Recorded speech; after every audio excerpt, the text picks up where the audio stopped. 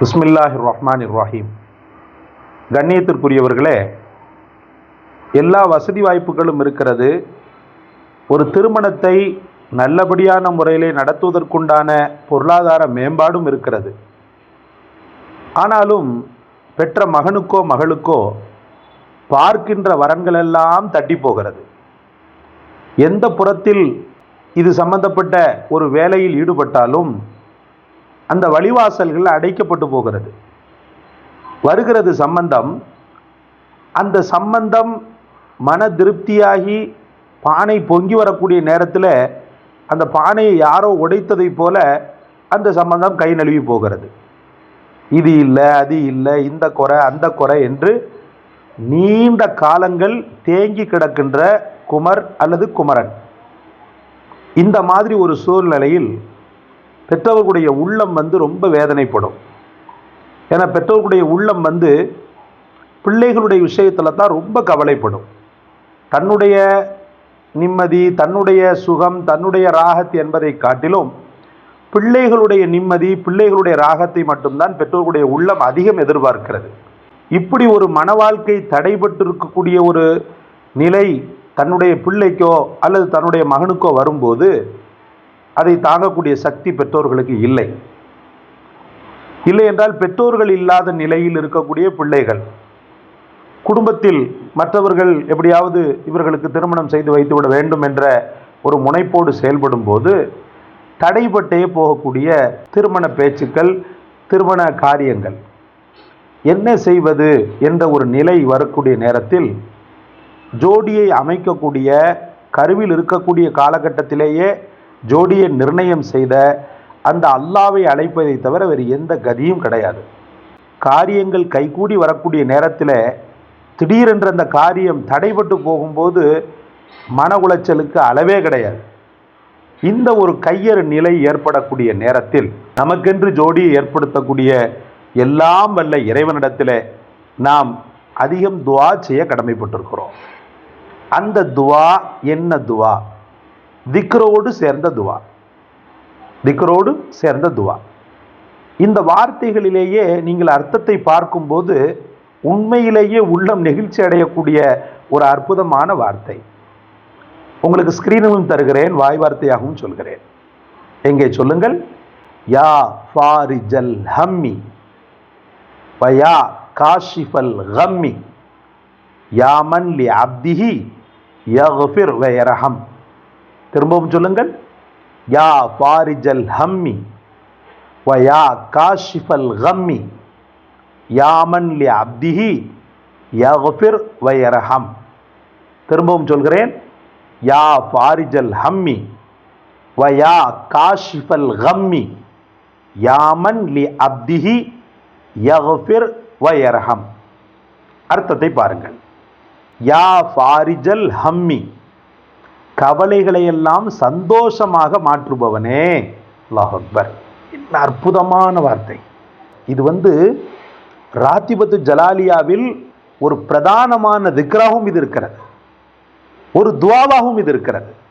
சொல்லுவாங்க இல்லையா, ஒரு கல்ல ரெண்டு மாங்காண்டு, 2 in 1. யா ஃபாரிஜல் ஹம்மி, கவலைகளையெல்லாம் சந்தோஷமாக மாற்றுபவனே.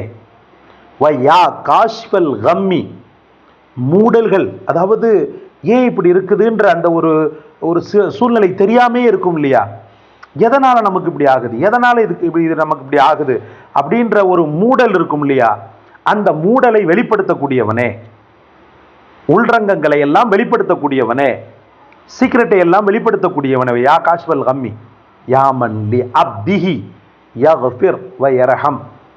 அடியான் செய்யக்கூடிய பாவங்களை மன்னித்து அவன் மீது இறக்கப்படக்கூடிய இறைவா அப்படின்னு பொருள்படக்கூடிய அற்புதமான வார்த்தை. இந்த வார்த்தையை தினசரி 70 முறை தாங்கள் ஓத வேண்டும்.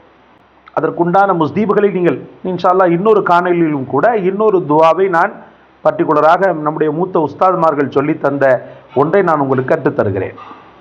அந்த திருமண பந்தங்கள் தடைபட்டு போகக்கூடிய ஒரு சூழல், திருமண பேச்சுக்கள் எடுக்கப்பட்டு அந்த திருமண பேச்சுக்கள்லாம் நல்லபடியாக முடிந்து வரக்கூடிய நேரத்தில் சொல்லுவாங்க இல்லையா, பானை பொங்கி வர நேரத்தில் தாலியை உடைச்ச கதைண்டு, அந்த மாதிரி ஒரு சூழ்நிலை மன உளைச்சல், இது எல்லாம் அல்லாஹ் ரப்புல் ஆலமீன் இந்த துஆவின் மூலமாக என்ன செஞ்சிருவான், நிவர்த்தி பண்ணிடுவான்.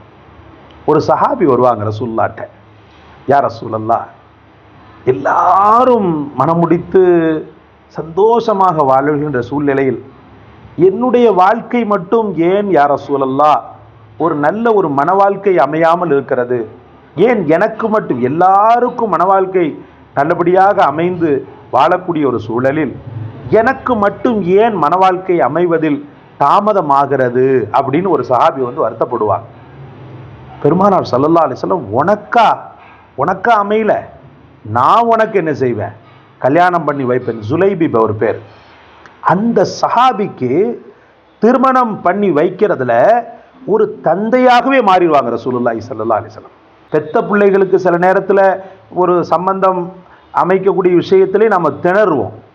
ஆனால் ஊரில் போகிறவங்க வர்றவங்க அவங்க பலகீனப்படக்கூடிய நேரத்தில் முஹம்மது ரசூலுல்லாஹி ஸல்லல்லாஹு அலைஹி வஸல்லம் அற்புதமான முறையில் என்ன செஞ்சாங்கன்னு சொன்னால், அம்மக்களுக்கு அழகான சம்பந்தத்தை ஏற்படுத்தி ரொம்ப சிறப்பாக கல்யாணம் பண்ணி வச்சாங்க. ரசூலுல்லாஹ்வுடைய திருக்கரங்களால் நிக்கா செய்து வைக்கப்பட்டவர்கள், ஈஜாப் கபூல் செய்யப்பட்டவர்கள்லாம் பல பேர். அவங்க பெத்த பிள்ளைக்கு மட்டும் ரசூலுல்லாஹி ஸல்லல்லாஹு அலைஹி வஸல்லம் செய்யலை, நிறைய மக்களுக்கு ரசூலுல்லாஹி ஸல்லல்லாஹு அலைஹி வஸல்லம் அவர்கள் செய்து கொடுத்துருக்கிறாங்க.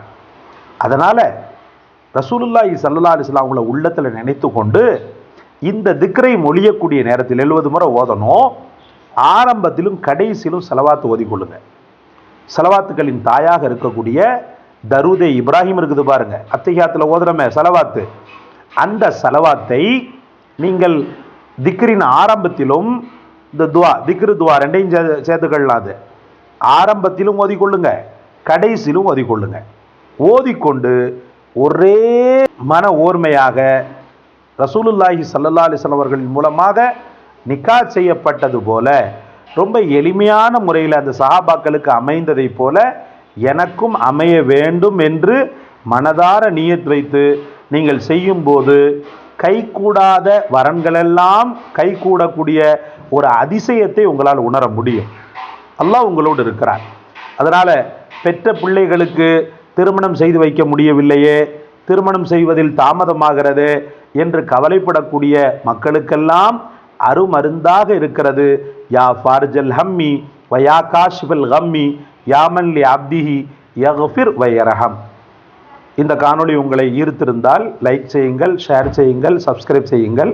எல்லாவற்றை விட மேலாக நம்முடைய பிள்ளைகளுக்கும் உங்களுடைய பிள்ளைகளுக்கும் சேர்த்து துஆ செய்யுங்கள். இந்த காணொளியை மற்றவர்களுக்கும் பரப்பி அவர்களையும் இந்த துன்பத்திலிருந்து வெளியில் எடுக்க செய்யுங்கள். ஜஸாக்கல்லாஹ். அஸ்ஸலாமு அலைக்கும் வரஹ்மத்துல்லாஹ்.